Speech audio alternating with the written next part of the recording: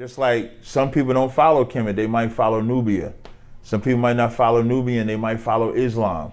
Well, I'll say from when I know, from the information when I was getting it and everything, I believed in seeing how people resonated with Egypt and Kemet was, this is who we are. Mm-hmm. We are the original Egyptians. This is our history. You know, we were the blacks who built these first civilizations, the greatest civilization and things like that. But you're saying that that's not basically how people are. Because I used to think that too. I used to have my my African book bag. I went through that little phase and stuff like that.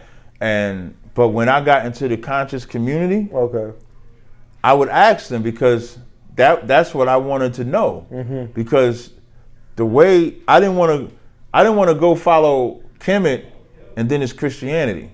Christianity doesn't give us our identity either. Okay. So I'm like, okay, you saying we Commission? Prove we Kemet. Prove it. Yeah. Give me some historical references. Is this how it started? Yeah. Well, no. Okay. So how it actually started? Yeah. They rolled up on us first. Okay. So now before they rolled up on us, all I know is, like you said, we are the Egyptians. That's my perception. We the original man. Right, we the original man. Yes. We are the Egyptians. That's all I really know of what they would teach about that. I didn't know the intricacies until I had to battle it. Okay. And so Sarnetta, funny, man. So the first time I meet Sarnetta comes up to the camp and he's just like, yo, can I film you brothers? You know, I'll be down the street. Can I film y'all brothers, man? What y'all saying is powerful. And so he like, yeah. So he films for a little bit. Then after he filmed, he walk up to me. He was like, hey, brother, you know, would you debate this, brother? And he hands me this DVD. And on the DVD, it's SETI. And the title of the DVD is like, SETI destroys the Bible and Jesus God and all, like, and he hands it to me. Like, Sarnetta ain't no sucker. Like, he handed the DVD to me, right? And he got this little smirk on his face. So we exchanged numbers. I said, I'll tell you what, you tell me what you want to do, and I'll contact my generals, and then we'll see what's up. And then I proceeded to put that DVD in the garbage.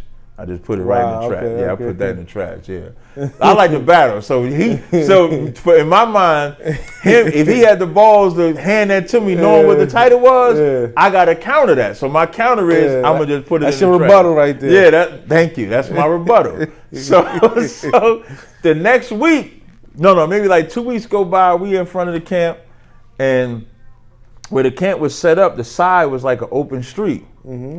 So I just see all these people just walking down the street, and I couldn't picture. I seen Sarnetta because he had the camera stand. He holding the camera stand, but I don't know who all these other people is. And it's like maybe 15 of them just swarm in front of the camp.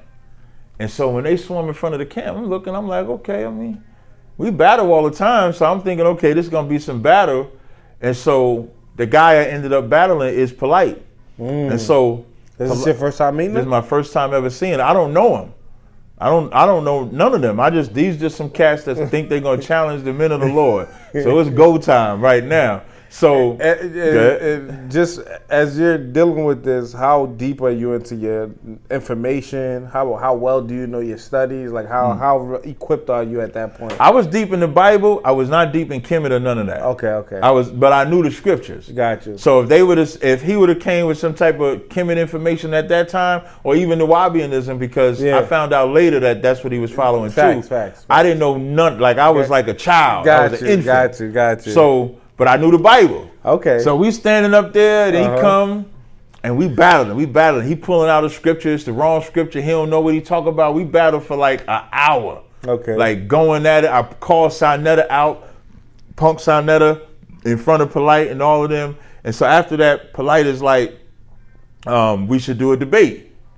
So I gave my report to the generals, and this is what I said I didn't want to do it. So when I give my report to the generals, at this time in New York, I wasn't in charge of New York yet. Okay. Captain Tazaryach was in charge of New York. So me following protocol, when I give the report to General Muhammad, I tell him, I say, you know, he wanted to debate, so him and Captain Tazaryach do it. And he was like, nah, you gonna do it.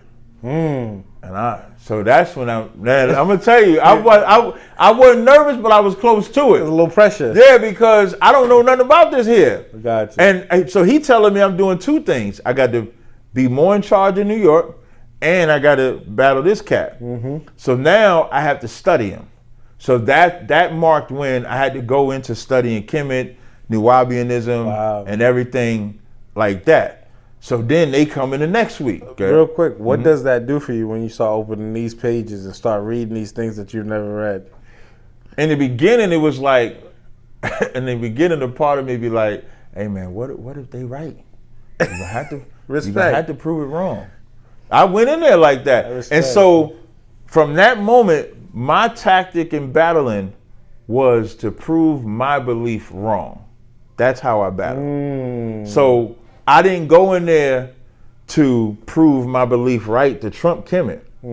I would go in there to prove that Nuwaubianism was better than the Bible. Kemet was better than the Bible. So now I'm trying to battle from their lens, because now that's teaching me how they're going to attack me. Like if I go in all cocky, like if I go in there all cocky, like yeah, my shit is just the best, I'm gonna just do it like that, I might lose because they're gonna come up with something I'm gonna sleep on. And they might know your stuff, your exactly. information if you don't know nothing about me. Yeah, especially if they had the heart to roll up on me like that. They had to know. They watching you. They scoping you out at this point. So that's when I started studying all the Kemet stuff, which really was the worst thing, because then it started opening up all the doors to the stuff they don't tell you about Kemet. Got you. All so that. Now you had your now your darts. Yeah, you used to say some wild stuff that I never heard before. I'm like, what? They did that in Egypt, did they? They got it's a lot of community. Like the first LBGT community is Kemet. See, that's a debate, because some people say there was like homosexuality didn't start in Kemet and things like that. No, I'm not saying it started. I would say it started from a biblical perspective. I would say Sodom and Gomorrah. Okay. Like even the term sodomite, which usually means homosexual, it's from the city called Sodom. So I wouldn't say Kemet started it, but the first community is Kemet. Hold up, man. Where did you get this? I'm gonna tell you how I based that. Okay. They got artwork of this one guy named Geb. Yes, I remember. And he produced the earth by putting seed in his mouth. And the illustration is a man with a phallus. No diddy. Yeah. With a phallus aimed at his mouth. So now just think about that. So are you gonna teach your kids, no diddy, that a man had semen aimed at his mouth? And here's why I say community. 5%ers, the Bible, even the white man, when they refer to the earth is a woman. You know, because the earth is synonymous with receiving seed. Only in Kemet is the earth a man, because it's receiving seed. Let that sizzle in your spirit. So I start going into all of that Kemet stuff. You had the other guy, men. He got to prove his manhood by masturbating in front of everybody. That's a man doing that. So that's like a man standing around a whole bunch of men by the Nile River and masturbate. I pray none of y'all never swim in the Nile River, man. You don't tell them what type of... Is there by any chance you were misunderstanding what you were reading, or misunderstanding, some of the... So what I would do... Because now you're debating, you're bringing these points up. You know what I'm saying? So now how you defeat the counter is there's like 4 or 5 different reputable translators. You got Miriam Litcham, Faulkner, it's like 2 others I can't remember. So what I would do is pull from their sources. Gotcha. So what I would have to do is I would watch them. When I'm saying watch them, so I would watch Polight videos now. I would watch Unk videos. I'm watching all their videos, and I'm looking at the sources they pull. Gotcha. Because if I pull a source that they don't pull or respect, what they'll say is, man, that source is trash, man. We got the sources right here. But if I pull from the sources that they respect, now they can't do that. So I would beat them by just using their own sources. Smart. And no one is able to explain that Geb and that artwork. Gotcha. All they can say is it's like the creation of the universe or some shit like that, right? That's what they try to say, but you need 2 people. Geb isn't it like 2 people suppostly? Now here's the other flip side. You got the earth and the sky. Geb is the earth, Nut is the sky. Geb and Nut, Now they brothers in Egyptian folklore, they brother and sister that was having sex with each other, that their father had to separate them. That's why you got the earth and the sky. That's incest. Now think about that in real life. The pharaohs would believe in incest because they felt that they was the lines of the Netarus. So they had to keep that line pure. So King Tut is an example. When they checked the DNA of King Tut, because he had a messed up foot, a leg or something like that, they found out his mother and father was brother and sister. That they the community. That's a tough pill. I know for all my Kemet brothers they about on to the mic. They gonna be like, no, he don't understand. He mistranslating the information. Y'all can always step up. I love the battle. You know what's funny? I like that you're saying all of this because I think that's what made this great. You know what I'm saying? This is like, because, listen, it has to be something contrary to what you think, and it's gonna make us all do more homework. You need a nemesis. It's gonna make us all do our homework. Yeah. It's gonna make us all do more research. Because if I'm like following this and you're saying this, I gotta go back and do my homework. Exactly. Yo, they would say stuff about the Bible. Of course, and listen, make me go back. And I gotta make sure. Let me read this. Because they try to throw charges in the sense that you guys taking girls at 12. Right. And I remember that was a big thing. Listen, it was Israelites teaching that you could take a girl at 12. Okay, so now they got ammunition for it. Exactly. So now I gotta go prove that that's wrong. Okay. They was teaching that you can forcibly take a woman. Yes. I'm saying that not to say the other word, but they was teaching you could forcibly take a woman. So now I got to go battle that. So Israelites was hurting. Exactly. You know I remember They that. was giving them ammunition. So the battle was a battle. Yeah. And I like the battle. I mean, I battle. I don't call them debates. I call battle is a different spirit. Not facts. You know what I mean? You guys brought that essence and that energy of a battle because That's y'all what I'm saying. cursing. It feel like it could go left. Like it's intellectual, and but you at the same time, rebuttals.